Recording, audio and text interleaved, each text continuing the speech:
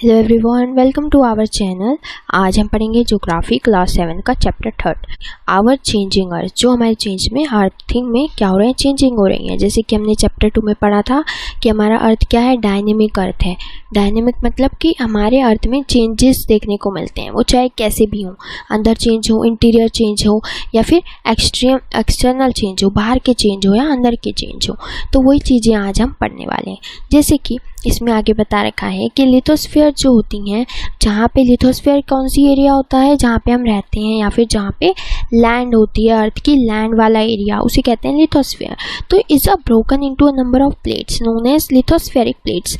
जो lithospheric area होता है, लैंड होता है, जहाँ से ब्रोकन हो जाता है, उसे हम लिथोस्फेरिक प्लेट्स के नाम से जानते हैं। तो you will be surprise to know these plates जो होती हैं ये मूव कर रही होती हैं, जैसे कि just a few millimetre each year. कुछ ना कुछ चेंजेस आते हैं, हर साल चेंजेस देखने को मिलते हैं। वो चेंजेस के कारण क्या होते हैं वो भी हम देखेंगे। तो this is because of the movement of the molten magma जो अंदर होता है। जैसे कि हमारा पूरा एक क्रस्ट एरिया है, उसके बाद मेंटल आता है, उसके बाद कोर आता है। जो सबसे अंदर वाला एरिया होता है, जो अंदर वाला कवरेज एरिया होता है, उसमें सबसे ज़्यादा टेम्परेचर पाया जाता है। जैसे कि सबसे ज़्यादा हीट वहाँ पे होती है, जहाँ पे आयरन भी वहाँ पे पाया जाता है। तो उसे हम मोल्टन मैग्मा भी वहीं से निकलता है, जो कि अर्थ के पूरा अंदर होता है। और द मोल्टन मैग्मा जो अर्थ के अंदर है वो मूव कर रहा होता है सर्कुलर मोशन में। अगर कोई चीज़ मूवमेंट में होगी, कोई चीज़ मूव कर रही होगी, तो उसमें क्या होगी, हीट प्रोड्यूस होगी। जैसे कि इस एक्टिविटी में बताया है कि अगर आप क्या करो, एक बीकर लोगे, बीकर में एक वाटर भर के उसके अंदर एक कागज़ का टुकड़ा रख दोगे। तो कागज़ का टुकड़ा क्या हो रहा होगा, जब आप हीट करोगे उस वाटर को, तो वाटर क्या करता है, मूवमेंट करता है, वाटर भी मूवमेंट करता है। जब उसकी हीट टेम्परेचर बढ़ाया जाता है तो वाटर मूवमेंट करता है। क्यों? क्योंकि उसकी जो टेम्परेचर है वो बढ़ रहा है और उसमें जो उसके मॉलिक्यूल्स हैं वो अपनी गति जो है बढ़ा रहे हैं। मतलब कि उसका जो टेम्परेचर है, वाटर है, गर्म हो रहा है। तो जिस वजह से मूवमेंट हो रही है, तो जो अर्थ का नीचे उस वाला हिस्सा होता है पानी वो नीचे वाला हिस्सा जो है गर्म हो जाता है। उसके बाद वो फिर ऊपर चले जाता है और ऊपर का जो ठंडा पानी होता है वो फिर नीचे आ जाता है। ऐसे गोल गोल जो है वाटर घूमता है और फिर जाके पानी एकदम बहुत ज़्यादा तेज़ हो जाता है, गर्म। क्यों? क्योंकि उसमें तेज़ जो है वो सर्कुलर मोशन हो रहा है, वाटर का सर्कुलर मोशन हो रहा होता है। तो वैसे ही अर्थ के अंदर जो अंदर मैग्मा है उसका सर्कुलर मोशन होता है। वो जितना सर्कुलर करता रहता है और फिर हीट इतनी ज़्यादा, उसकी टेम्परेचर बढ़ जाता है, फिर वो क्या होता है, बाहर निकल जाता है। और फिर इसी वजह से जो है कॉज होता है अर्थ के मूवमेंट का, अर्थ की सरफेस का जो है मूवमेंट होना, इसी की वजह से, मोल्टन मैग्मा की वजह से। तो अंदर का जो मैग्मा है वो भी मूवमेंट में है, मूवमेंट में होता रहता है और जिस वजह से हमें बहुत सारे चेंजेस देखने को मिलते हैं। Earth movement are divided into basic of forces, जैसे कि विच कॉज है। जैसे कुछ भी मूवमेंट जो होता है उसको बहुत सारी फोर्सेस से डिवाइड किया गया है। जैसे कि the force act in the interior part, जो अर्थ के इंटीरियर में होता है, मतलब कि अर्थ के अंदर जो काम हो रहा है, अर्थ के अंदर चेंजेस होते हैं, उसे बोलते हैं इंडोजीनियस फोर्स, जो अर्थ के अंदर देखने को मिलते हैं। और जो वर्क जो होता है बाहर सरफेस पे होता है उसे एक्सोजेनिक, और जो अंदर चेंजेस होते हैं अर्थ के अंदर उसे बोलते हैं, ठीक है, उसे हम बोल देते हैं इंडोजेनिक फोर्स। अब बात करें, इसमें आपको डिवाइड करके बताया गया कि अर्थ की मूवमेंट दो पार्ट्स में डिवाइडेड है। एक होती है एंडोजेनिक जो कि अंदर होती है, एक्सोजेनिक मतलब जो बाहर होती है। तो जो अंदर सरफेस में हो रही होती है उसे हम सडन फोर्सेस के नाम से भी जानते हैं। सडन फोर्सेस जो अचानक से फोर्स आ जाए, अचानक से हमें पता ना चले, तो उसे हम बोलते हैं अर्थक्वेक। अर्थक्वेक अचानक से आ जाता है, जहाँ पे हम बैठे हैं, कहीं पे भी बैठे हैं, सो रहे हैं, जो हमें अचानक से पता भी ना चले कि कब आना होता है, तो अर्थक्वेक अचानक से आ जाता है। फिर वॉल्केनो, लैंडस्लाइड्स, ये सब चीज़ें ऐसे हैं जो सडनली आ जाते हैं। और एक और फोर्स होती है जो कि अंदर ही होती है, इंडोजेनिक फोर्स में होती है, उसे बोलते हैं डायस्ट्रोफिक फोर्स होती हैं। ये फोर्सेस ऐसी होती हैं जो सडनली मतलब आती हैं, मगर ये माउंटेन्स बना देती हैं। इसका मतलब माउंटेन्स बनाने का मतलब है कि जैसे कि अर्थ की दो सरफेस हैं, एक दूसरे से टकराएंगी। जब अर्थ की टकराएगी तो क्या बनेगा, ये अर्थ का जो पार्ट है वो उठ जाएगा, और जब उठेगा तो ये क्या बन गया, ये माउंटेन ही तो बन गया। अर्थ का पूरा एक क्रस्ट एरिया जब उठ गया तो वो माउंटेन बन गया। और जो भी दो चीज़ें आपस में आती हैं तो वो क्या करती हैं, उस जगह में उठ जाती है। तो वही चीज़ है कि माउंटेन जो है उठ जाते हैं। जब अर्थ की क्या होती है, अर्थ जब हिलती है या फिर मूवमेंट करती है तो इससे हमें देखने को मिलता है कि ईयर बाय ईयर माउंटेन्स बन जाते हैं। तो यही बोलते हैं। और एक्सोजेनिक फोर्स होती हैं जो बाहर की फोर्सेस होती हैं, जो इरोजनल और डिपोजिशनल लेके आती हैं। ये हम समझेंगे कि कैसे क्या होता है इरोजनल और क्या होता है डिपोजिशनल। तो इसकी वजह से आती है, ये रिवर की वजह से विंड, सी वेव्स और ग्लेशियर्स, ये ऐसी हैं जो ये एक्चुअली क्या करती हैं, इरोजन्स और डिपोजिशंस करती हैं। ठीक है। उसके बाद यहाँ पे बताया गया है कि endogenic forces sometimes produce sudden movement, जो हमने ऊपर पढ़ लिया, जो सडनली आती हैं उसे अर्थक्वेक और वॉल्केनो कहते हैं। ओके। और ये क्या करती हैं, डिस्ट्रक्शन करती हैं सरफेस ऑफ अर्थ में, अर्थ के सरफेस में मूवमेंट होना, बहुत सारी चेंजेस आना, उसे हम कहते हैं। ओके। और volcano of is a went, जो वॉल्केनो है उसका जो अंदर का एरिया होता है वो क्या होता है, मैग्मा से जो है बाहर आने को रहता है। जो बाहर आता है जो एरिया उसे हम वेंट कहते हैं, जहाँ से वॉल्केनो से लावा निकलता है। जो लावा निकलता है उससे हमने क्या बोलते हैं, वहाँ पे वेंट होता है, जो माउथ होता है अंदर, और जो बाहर आ जाता है तो उसे लावा बोल दिया जाता है, और जो सबसे अंदर वाली एरिया में अर्थ के होता है। और is the earth crust through which in मॉल्टन magma erupt suddenly, जो कि निकल जाता है, बाहर निकल जाता है, और बाहर निकल के बहुत सारी गैसेस ऐश के फॉर्म में, क्रेटर्स मतलब कि धुएं निकल जाता है। उसके बाद similarly when the lithospheric plates move, जब लिथोस्फेरिक प्लेट्स मूव करती हैं और the surface of the earth vibrate करती है, वाइब्रेशन होती है, can travel all around the earth, वो किस वजह से होती है, वो अर्थक्वेक ही होती है। जो सडन मूवमेंट देखने को मिलती है, वाइब्रेशन होती है ना, तो वो होती है अर्थक्वेक की वजह से। ये अर्थक्वेक आता क्यों है, ये अर्थक्वेक की फॉर्म कैसे होती है, तो ये बताया गया है कि the place is a crust where the movement start, उसे हम फोकस के नाम से जानते हैं। जहाँ से हमारा जो अर्थक्वेक का जो मूवमेंट है स्टार्ट होता है, ये होती है ये वाला एरिया, इसे हम फोकस कहते हैं। ओके। जहाँ से अर्थक्वेक आता है और उसके ठीक ऊपर वाला एरिया उसे हम एपिसेंटर बोलते हैं। जो फोकस जहाँ से स्टार्ट हुई उसके ठीक ऊपर एरिया उसको बोलते हैं, जहाँ तक वो पहुँचा, अर्थ के अंदर से अर्थ के सरफेस तक पहुँचा, उसे हम बोलते हैं एपिसेंटर। ओके। और जो वाइब्रेशन होती है, जैसे आप वाइब्रेट करते हो साउंड प्रोड्यूस होती है, किसी भी साउंड का जब वाइब्रेशन होता है तो वो हर जगह जाता है। साउंड जब वाइब्रेट होता है तो वो हर जगह फैलता है। वैसे ही अर्थक्वेक की जब वाइब्रेशन होती है, रेडिएशन जो होता है वो हर जगह फैलता है, और जो रेडिएशन जहाँ तक जाता है, जो पूरा डायरेक्शन पूरी कवर करता है, उस पूरे एरिया में अर्थ क्रस्ट के पूरे लैंडफॉर्म में वहाँ पे वाइब्रेशन देखने को मिलती है। और सबसे ज़्यादा डेंजरस कहाँ पे होता है ये, जहाँ पे एपिसेंटर होता है, सबसे ज़्यादा जहाँ पे फोकस है उसके ऊपर वाला एरिया जो होगा ना वो सबसे ज़्यादा हार्मफुल होगा, क्यों, वहीं पे ही बिल्डिंग्स की गिर जाती हैं, बहुत सारे हार्मफुल इफेक्ट देखने को मिलते हैं। तो जो epicentre and the strength of the earthquake decrease away from the centre, जो भी एरिया होता है जो फोकस के ऊपर वाला एरिया होता है उसे हम बोलते हैं। ओके। उसके बाद आपको इसमें बताया गया है कि seismic waves radiation out the moment. अब आगे देखें तो although earthquake cannot be predict, the impact can suddenly minimized if we are prepared beforehand।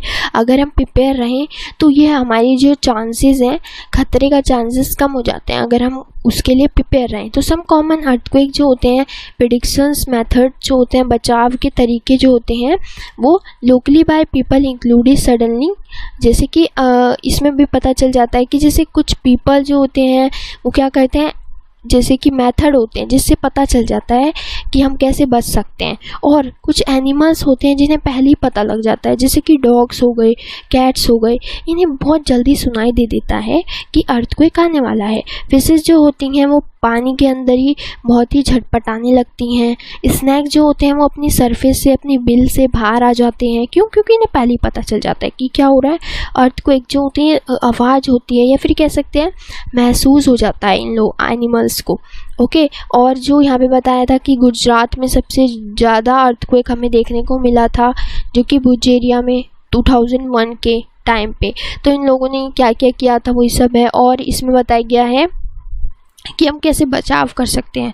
तो ऐसे सेफ़ एरिया में जाना चाहिए, टेबल या डेस्क के नीचे हमें कॉर्नर में ऐसी जगह, सेफ़ जगह में छुप जाना चाहिए अगर आए तो, कहीं भी हमारे ऊपर जो है कुछ ज़्यादा सामान, भारी सामान ना गिर जाए।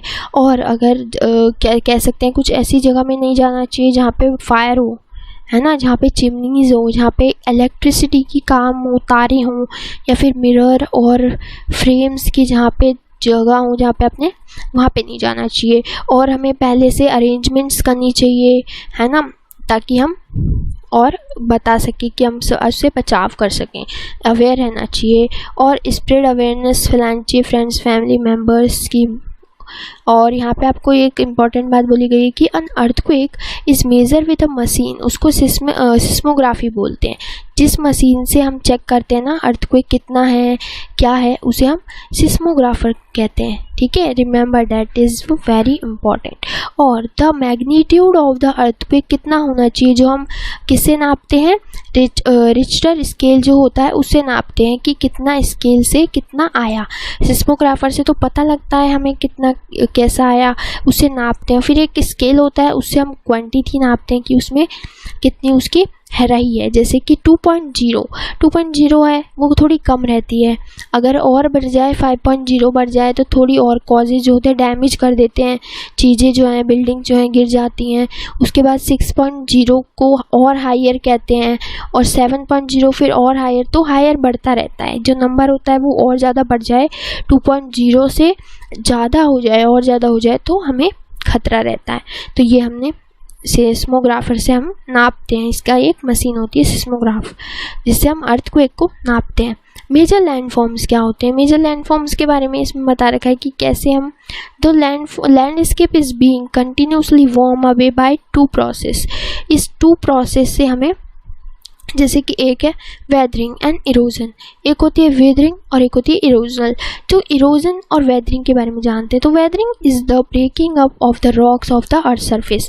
जब ये अर्थक्वेक आती है, सडन मूवमेंट्स होते हैं अर्थ के अंदर, तो हमें अर्थ के सरफेस में वेदरिंग भी होती है। जैसे कि रॉक्स का फट जाना, दरार जाना, जैसे माउंटेन्स गिर जाते हैं, पहाड़ गिर जाते हैं, तो ये क्या हो रहा है, रॉक्स टूट जाती है, उसे हम वेदरिंग बोलते हैं।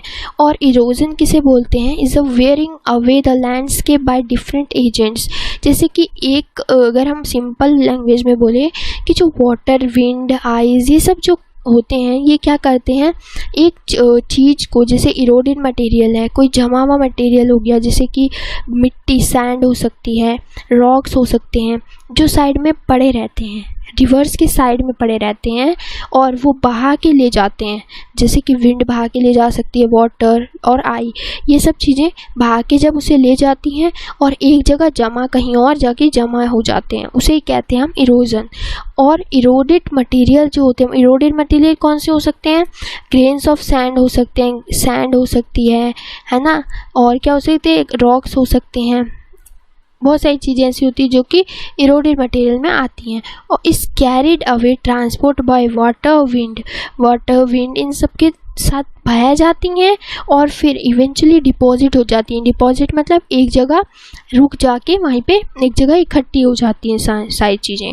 और this process of erosion and deposition create different landforms of the earth of surface में ऐसी चीज़ें होती हैं जैसे कि इरोजन हो जाना, फिर डिपोजिशन हो जाना। इरोजन मतलब बह के कहीं और डिपॉजिट हो जाना, ठीक है।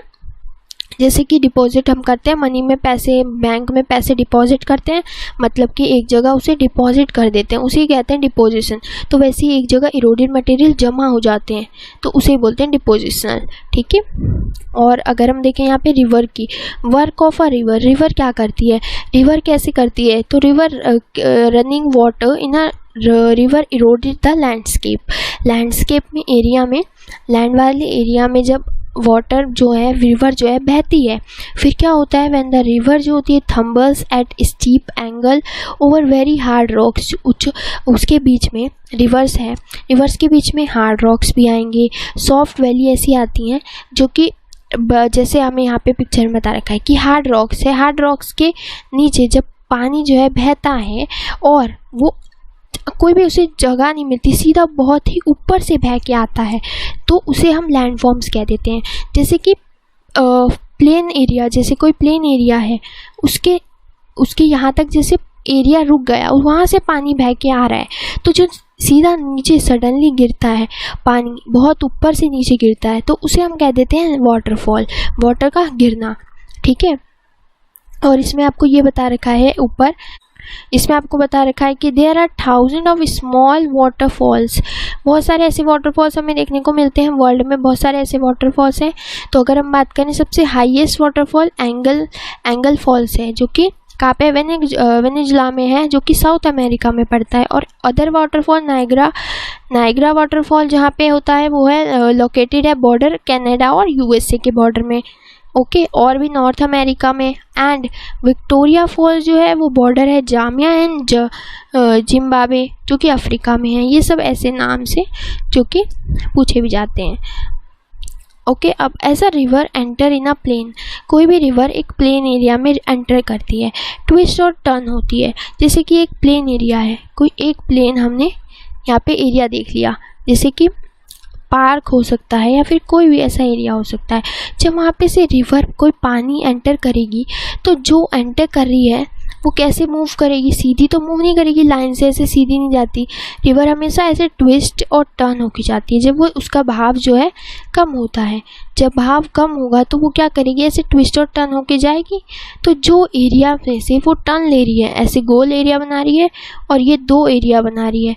जहाँ से मुड़ी, जिस एरिया में मुड़ी वहाँ पे तो एक डिपोजिशनल कर दिया, बह के आई, और कुछ भी मटेरियल है वो साइड में जाके रुक गया। और जो भी मटेरियल वहाँ पे साइड में जाके रुक जाता है उसे हम क्या बोल देते हैं, मींडर्स। मींडर्स यहाँ पे आपको देख रखा है, यहाँ पे साइड में मुड़ी, यहाँ पे साइड में मुड़ी, यहाँ पे भी मुड़ी और यहाँ पे भी मुड़ी। जहाँ जहाँ मूवमेंट उसने टर्न करी उसको हम क्या बोल देते हैं, मींडर।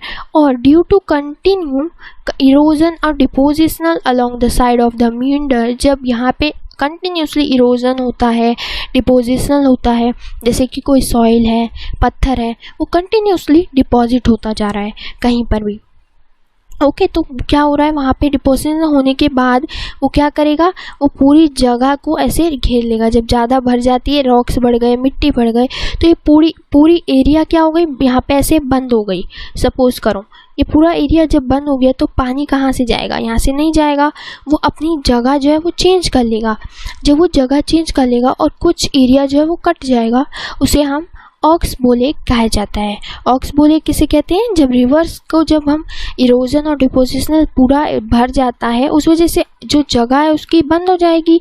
जब जगह रुक जाएगी तो वो अपनी जगह चेंज कर लेगी, और उसको जब वहाँ पे अलग जो पानी इकट्ठा हो जाता है, अलग जो थोड़ी सी जगह जो उसकी होती है, उसे हम ऑक्सबोले कहते हैं। At a time the river low overflow it's bank. अब बात करते हैं जैसे कि रिवर क्या है, ओवरफ्लो हो गई, मतलब कि पानी जो है बहाव तेज हो गया कहीं पे, और पानी का रिवर जो है पूरी तरीके से ज़्यादा पानी आ गया। जैसे अभी कम पानी था, पानी जो है बहुत ज़्यादा आ गया। जब पानी बहुत ज़्यादा आ जाता है, और it's this lead the flooding of the neighbouring areas, जो पूरे एरियाज़ हैं, जैसे कि यहाँ साइड के एरियाज़ खाली दिख रहे हैं आपको, ये सारे खाली एरियाज़ भर जाएंगे पानी से। जब पूरा पानी से भर जाएगा एरिया, उसके बाद as it floods it deposit large of fine soil and other materials called sediments। जो भी हमने यहाँ पे देखा डिपोजिट्स हो रखे हैं साइड में मींडर्स, जब फ्लो होगा पानी का तो ये तो बह जाएंगे। जब पानी ज़्यादा तेज़ बहेगा तो जब ये बह जाते हैं और फिर साइड में कहीं और जाके डिपॉजिट हो जाते हैं पानी के बहाव से, तो क्या हो जाता है, उसे सेडिमेंट्स कहा जाता है, ठीक है। जो पानी के बहाव आया उससे सारे जो इरोडेड ये चीज़ें हैं वो क्या हुई, बहकर कहीं और जाके डिपॉजिट हो गई। और along its bank its leads to the formation of flat fertile, जिसे हम फ्लोड प्लेन कहते हैं। ये जो फर्टाइल फ्लोड प्लेन दिख रहा है, ये पूरा एरिया, ये वाला जो खाली एरिया था, ये पूरा पानी से भर जाता है, इसे हम बोल देते हैं फ्लड प्लेन्स। ये भी पानी जब बहाव आएगा तो पूरा पानी भर जाएगा, तो ये एरिया में पूरा पानी जो है भर जाता है। Its led formation of flat fertile, जो फर्टाइल एरिया था। और the ridges of banks are called levees, जैसे कि पानी का एरिया ये भरा हुआ है और कुछ यहाँ पे पानी जो है यहाँ पे क्या हो गया, इसे लीव्स कहते हैं। ऐसे इरोडेड मटेरियल यहाँ पे साइड में जमा है और ये फर्टाइल एरिया बन जाता है, जैसे कि यहाँ पे लैंड एरिया और बीच में से रिवर बहती है और यहाँ पे लोग क्या कर सकते हैं, एग्रीकल्चर कर देते हैं और क्रॉप्स उगाते हैं, क्योंकि ये एरिया क्या है, फर्टाइल एरिया बन जाता है, क्योंकि यहाँ पे सारे डिपोजिशनल आ जाते हैं। तो ये जो साइड वाला एरिया होता है और उसके बीच से रिवर बहती है, जो साइड वाला एरिया होता है उसे हम लीव्स कहते हैं। और as the river approach the sea the speed of the flowing water decrease. जब पानी का भाव और धीरे हो जाता है तो रिवर्स क्या करती हैं, ब्रेकिंग अप करती हैं। जैसे कि एक रिवर आ रही है और उसने अपनी जगह बदल दी, यहाँ से ऐसे। तो जगह जब बदलती जाती है वो ऐसे जब कम पानी आएगा तो अपनी जगह बदलती रहेगी और कहीं पे जाके एक जगह बह के वो मिल जाती है। तो उसे ही कहते हैं हम, क्या बोलते हैं, ब्रेकिंग अप कर लेते हैं और उसको बोलते हैं डिस्ट्रीब्यूटरी। जब वो डिस्ट्रीब्यूट हो जाना, सब पे बट जाना, जब वो बट जाती है अपनी अपनी जगह बांट देती है, उसे हम डिस्ट्रीब्यूटरी कह देते हैं। और द रिवर जो होती है become slow that it began to deposit its loads. जब वो डिपॉजिट करने लग जाती है साइडों में, और ईच डिस्ट्रीब्यूटरी फॉर्म्स होती है, इसका अपना अलग माउथ होता है। जैसे कि ये अपने ही अलग, उससे माउथ मतलब कि अपने ही अलग से उसको बहती है। और this collection of sediments from all the mouths is called delta. जो भी ये हुआ उसको हम पूरा एक प्रोसेस को बोल देते हैं डेल्टा, जो आई डिस्ट्रीब्यूट हुई और एक जगह जाके मिल गई। ओके, तो अब बात करते हैं सी वेव्स की। तो सी वेव्स क्या होती हैं, जैसे कि अभी हमने बात की रिवर्स की, तो रिवर्स ने क्या किया, रिवर्स ने डिपोजिशनल और इरोजन किया और डिपोजिशनल किया। कैसे किया वो हमने देखा। अब बात करते हैं सी वेव्स। सी वेव्स क्या होती हैं, सी होती है बहुत बड़ी बड़ी, रिवर्स होती है छोटी छोटी जो थोड़ी थोड़ी निकलती हैं। अब बात करें इससे सी वेव्स होती हैं जो ऐसे बहुत बड़ी जो होती हैं, सी होती हैं, जैसे कि नदियाँ जिसे कहते हैं, वो कैसे इरोजन और डिपोजिशन करती हैं। तो इरोजन और डिपोजिशन जो होता है सी वेव्स का given a rise to coastal and land forms. जैसे कि the sea waves continuously strike at the rocks.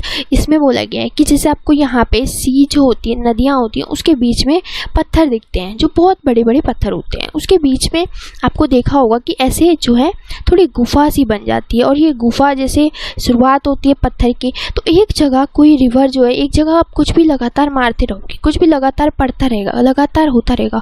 जो काम लगातार होता है वो एक एक बूंद से ही, जैसे कि पूरी बाल्टी भर जाती है, एक एक बूंद से ही पूरा घड़ा भर जाता है। उसी तरीके से जो रिवर होती हैं वो लगातार उसकी वेव्स जो होती हैं, वेव्स क्या होती हैं, जो पानी का पूरा बहाव एक तरह ऐसे ऐसे उछलती हैं। जो पानी पूरा एक तरीके से आता है, बहाव आता है तेज, और एक से सटाके से लग जाती हैं। जो रॉक जो होती हैं वो बार बार ही रिवर से लगती रहती हैं। तो ये क्या होती है, रॉक्स जो है, अपनी जो रॉक्स हैं वो क्या करती हैं, तो टूटती रहती हैं रॉक्स। जब एक जगह रिवर्स लगती रहेंगी तो टूट के जो पत्थर होते हैं वो झड़ जाते हैं। उसके बाद सी केव्स होता है। सी केव क्या होता है, जो थोड़ा थोड़ा पत्थर जो है ना वो झड़ने लग जाता है, जैसे कि क्रैक डेवलप होता है, उसमें क्रैकर्स आते हैं। तो क्रैक आए, उसमें थोड़ी क्रैक दिखा, तो over a time they become large and wider. Over A time जो होते होते जो क्रैकर्स थे वो जब क्रैकर और बड़े तो लार्ज होने लग गया, ये गुफा सा बन गया। तो the hole like caves is form the rock. जो होल हो जाता है उसे तो हम सी केव्स कहते हैं। उसके बाद as these cavities become bigger और bigger only the roof of the caves remain. जैसे कि और बड़ा बड़ा होता जाना, और दस फॉर्मिंग अ सी अर्जेस। जैसे कि ये आपने देखा होगा, जो पत्थर होते हैं नदियों के बीच में वो ऐसे भी बिल्कुल इतने बड़े बड़े हो जाते हैं, इतने बड़े बड़े जो होते हैं ऐसे बने हुए मिलते हैं हमें गुफा सी। तो हम सोचते हैं कैसे ये गुफा बनी हुई है बीच में, तो ये इसीलिए होती है। ये जो क्या हो रहा है, भाव हो रहा है, उसके बाद ये पूरे पत्थर जो टूट जाते हैं। ठीक है, ये क्या बना देते हैं, सी अर्ज बना देते हैं, अर्ज गुफा बना देते हैं। और फर्दर इरोजन जो होती है ब्रेक और रूफ एंड पूरा एक तोड़ देती है इस पूरी चट्टान को। ओनली वॉल आर लेफ्ट, एक पूरे पत्थर बन जाता है। अगर आप देखो, अगर आप ये पूरा कंप्लीट हो जाए, ये पूरा टूट जाए ये बीच में से, तो ये क्या बने, एक पूरा पत्थर बच गया। जो पूरा एक ये ऐसे पत्थर बच जाता है उसे हम स्टॉक कहते हैं, स्टैक कहते हैं। ठीक है, जैसे कि this wall like feature is called stacks. Okay, और जो स्टीप जो खड़ी हुई स्टीप रॉक की पत्थर जो होते हैं वो खड़े होते हैं नदी में, बिल्कुल सीधा खड़े होते हैं, और rising almost vertically above the sea level is called sea Cliff.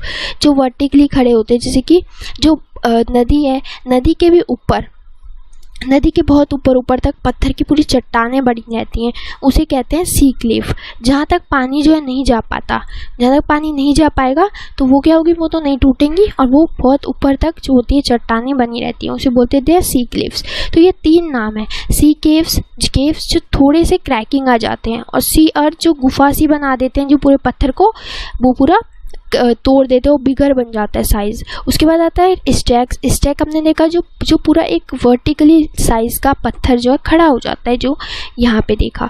उसके बाद अब बात करते हैं यहाँ पे सी क्लिफ्स की। क्लिफ क्या होता है, सी क्लिफ जो पूरा एक चट्टान जो बहुत बड़ी हो जो बन जाती है, पूरी सी लेवल से ऊपर की होती है। अब बात करें जो सी वेव्स है, जो सी वेव डिपॉजिट सेडिमेंट, जो ये पत्थर टूटे, जब ये थोड़े थोड़े पत्थर टूटे तो जो क्या हुआ, नदी अपने साथ बहा के ले गई, इरोजन करा उसने, पूरा बहा के ले गई। और जब साइड में जो वो जम जाते हैं साइड में बहुत सालों बाद, तो वहाँ पे क्या बन जाते हैं, वो फॉर्म कर देते हैं बीचेस। बीचेस क्या होते हैं, जो साइड में नदियों के साइड में देखा होगा एक बीच होता है पूरा नदियों के साइड में, जो पूरा इरोजन और डिपोजिशन का ही प्रोसेस होता है। ओके, अब बात करें सी वेव्स की, हमने बात की। अब बात करें वर्क ऑफ आई की, आइस कैसे अपने इरोजन और डिपोजिशन करते हैं। तो ग्लेशियर्स क्या होते हैं, ग्लेशियर्स क्या होते हैं, एक रिवर होती है जो कि बर्फ़ से बनी हुई नदियों को क्या कहा जाता है, ग्लेशियर्स कहा जाता है। और विच टू इरोड, ये भी इरोड करती हैं, कैसे कि जैसे कि बुलडोजिंग सॉइल पे, जो यहाँ पे जो आइस होती है, आइस क्या होती है, इसमें भी पत्थर, रॉक्स, सॉइल, मिट्टी है ना, स्टोन्स, ये सब जमा होते हैं। तो ये बर्फ़ जो होती है ऊपर से तो पूरी वो रहती है, पूरी बर्फ़ होती है, लेकिन नीचे बर्फ़ के नीचे भी तो लिक्विड होता है। तो ये लिक्विड जो होता है ना, बहता जाता है पानी के मतलब बर्फ़ ऊपर रहती है, ये जो ऊपर बर्फ़ रहती है, उसके नीचे जो है, बर्फ़ के नीचे पानी होता है, फ्रीजिंग पानी होता है। वो क्या करती है, पूरी मिट्टी, रॉक्स सारी बहा के ले जाती हैं।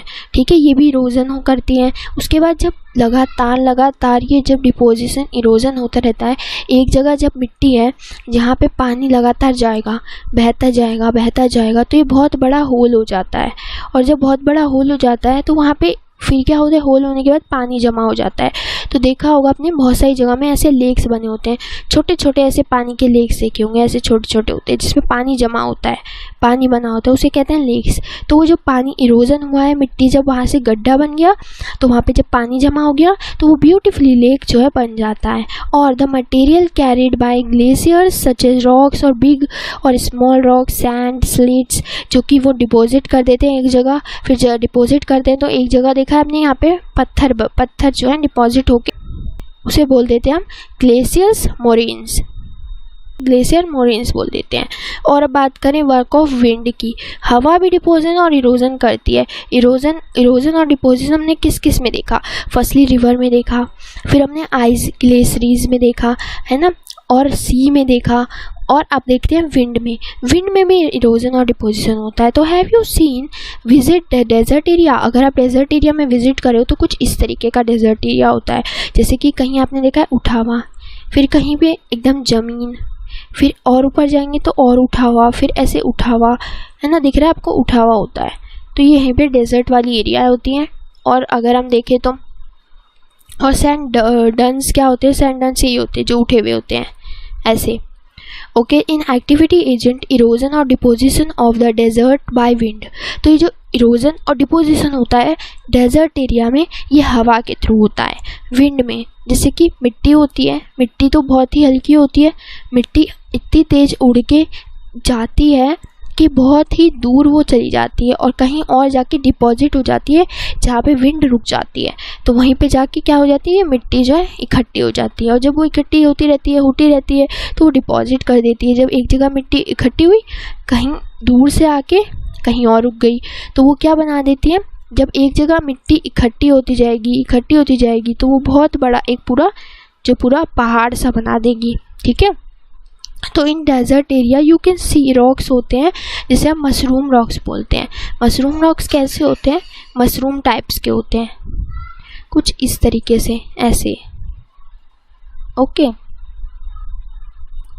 तो कुछ इस तरीके के जो मशरूम होते हैं वो क्या करते हैं, वो ऐसे रहते हैं और ऐसे, एक तो पहले पूरा पत्थर रहता है, वो रॉक रहता है डेजर्ट एरिया में, जब बीच में से जब विंड होती है वो चलती जाती है, विंड जब चलती है तो वो बीच में से पूरी ये जो बीच वाला एरिया है ना पूरी मिट्टी को उड़ा देती है और वो कुछ इस तरीके से ऐसे रॉक बन जाता है, मतलब कि कुछ मशरूम टाइप का। जब वो ऐसे बन जाएगा, कुछ ऐसी मिट्टी है, ऐसी डेला सा मिट्टी का होता है, और जब वो ऐसा बन जाता है मतलब कि क्या है, ये बीच में से इसकी मिट्टी जो है पूरी उड़ उड़ के विंड से पूरी मिट्टी उड़ चुकी है और वो बिल्कुल अलग भी हो जाते हैं, बिल्कुल पतले से भी होते हैं, बहुत पतले, और ऊपर बहुत बड़ा सा होता है।